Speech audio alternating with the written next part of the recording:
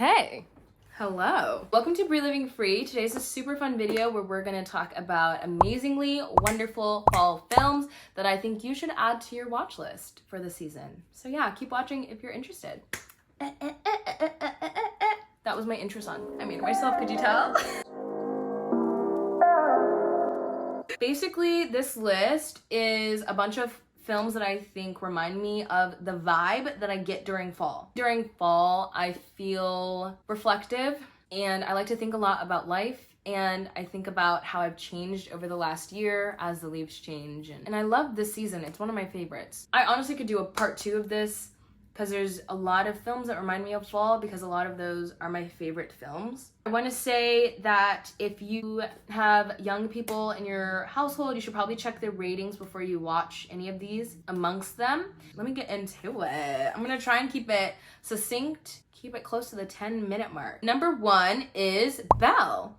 We're set in the 1700s. Super good film. We're also set in Britain, so it's like a period drama for people who like that. Basically, Belle follows a person who actually existed in real life and true historical events, so it's dramatized, but it's based off of real people, real time, real things that happened. We're following Belle Dido Lindsay. Her mother was an enslaved woman and her father, enslaved woman who's a black woman, and her father is a white man who's in the Navy, British Navy at the time, and this is the 1700s. In the first 30 seconds, I swear this is not a spoiler.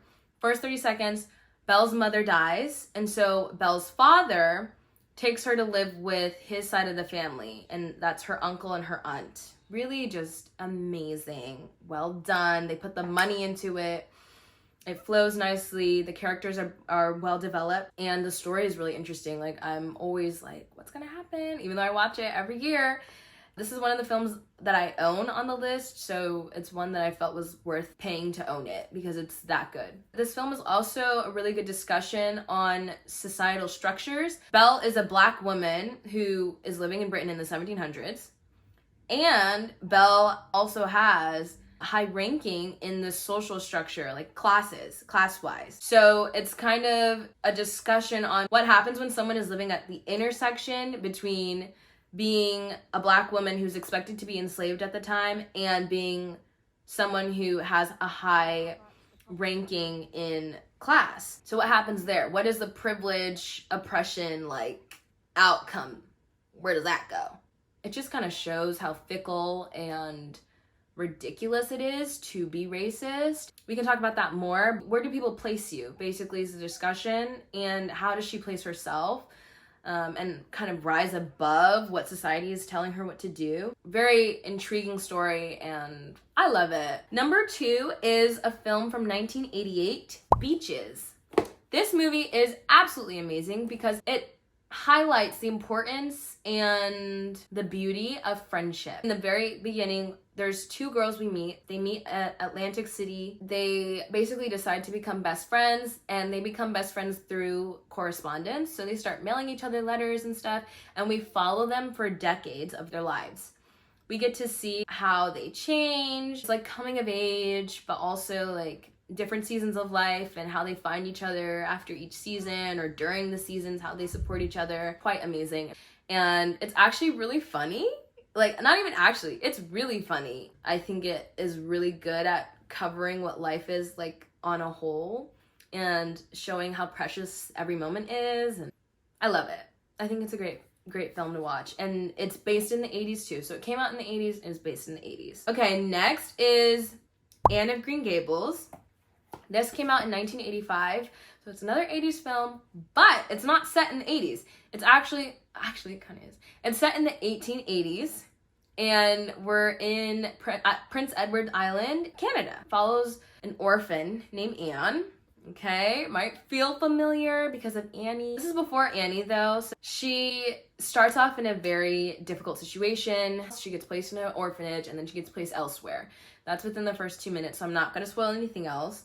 But the place she gets placed is like this small town in Prince Edward Island. So it shows kind of Anne through the years. We start off when she's still in school, so maybe like 13 or so. And then it's like coming of age. So it shows her through the years. It shows like life as a whole. Anne is a very interesting character too. She's very much imaginative. She daydreams all the time. She's always reading. She's super smart.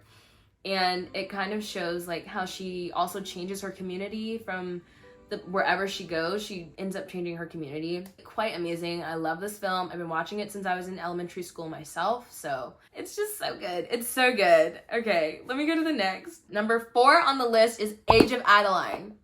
I want everyone to realize how good of a movie this was, because I think it's overlooked sometimes. This film is so fall vibes. It literally has fog and rain. It goes through decades. So basically, Age of Adeline is about Adeline.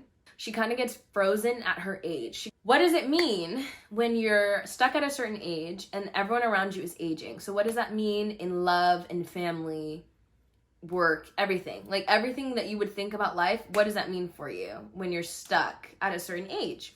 It's super good and intriguing. I was so into the story. I didn't know how it was going to end. I didn't know if it was going to be a happy ending or a sad ending. What is it to be a human and know that you have an end eventually? And then for us in general, right? And then to be Adeline and know that you don't have an end. Like, what does that look like? And it also, because she's stuck at an age, it goes through different decades in America. So it shows like different things that were happening at the time. So it's kind of like a history lesson at the same time. It's very amazing. Well done. There's a lot of surprises. So that's where I believe it. I think everyone should go watch this movie, Age of Adeline. Next is number 5, The Photograph. I want to say it's a romance that made me feel so cozy and warm. Like I put on a sweater. It was like I was drinking tea. It was like I put on a sweater and a blanket, a heated blanket. That's what it was like. It was just so nice and warm. This one also bounces back and forth between contemporary time and the past. Our main character ends up looking into her mother and her mother's past. So there's like a photograph. There you go. And it's also a romance, and I didn't quite know how this one would end either. As a viewer, one is like, what is she gonna find out about her mom? Like, great film, love it. Felt very warm. Felt like even the film had like a filter on it that added warmth. And that's like the only word I can use to describe this movie. Next, this movie, I watched it 2 weeks ago. Me and my mom watched it together and we were crying like, at the end. The movie is A Walk to Remember. I'm so hyper. I just had like a big thing of matcha, so really good film. This one is actually during the fall months. Hey, got one. And it's a coastal town in one of the Carolinas, and you see a lot of leaves changing, big trees, small town vibe. It's a romance, and it's opposites attract romance. So you're like, how is this gonna work? Is it gonna work? It has a couple of twists and turns. So you're like, oh, you know, like, oh my. Yeah, I like it. Okay, so next. This is where I'm gonna end with Sylvie's Love.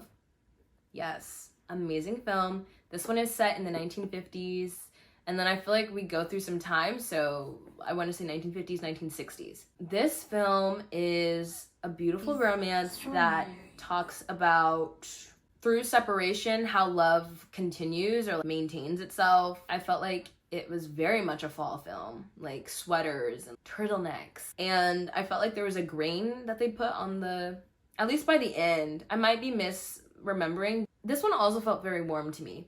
Warmed my heart. Felt like a wellness cup of tea. I also feel like we have a lot of movies that follow Black people in the 1950s and 1960s that are like struggle bus movies, and this one is very much focused on the love story more than like trauma.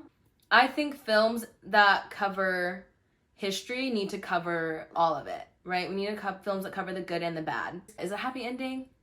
Can't tell you. I like how this film focuses in the main characters' humanity and their love for each other. And just because they love each other doesn't mean it's a happy ending. So I'm not telling you like if it's good or bad. Like, I'm not gonna tell you. You have to watch it yourself. Those are my 7 films that I highly recommend. And I'm big on do not disturb. Sometimes I want to sit down, be chill, watch a film, pop my popcorn, get my warm drink, but my phone will not be buzzing. Okay, I don't want alerts from work. I don't want stress. No, I want to be calm and watch my movie. If you have the time this week, maybe block off some time to just enjoy a film. Especially during the fall season, it's just something about it feels slower paced, definitely in a good way. Thanks for watching. I could totally do a part 2, so let me know if you want that. Also, let me know what you think about the films in the comments, and maybe try to avoid spoilers. I hope you take some time for yourself. Talk to you later. Bye.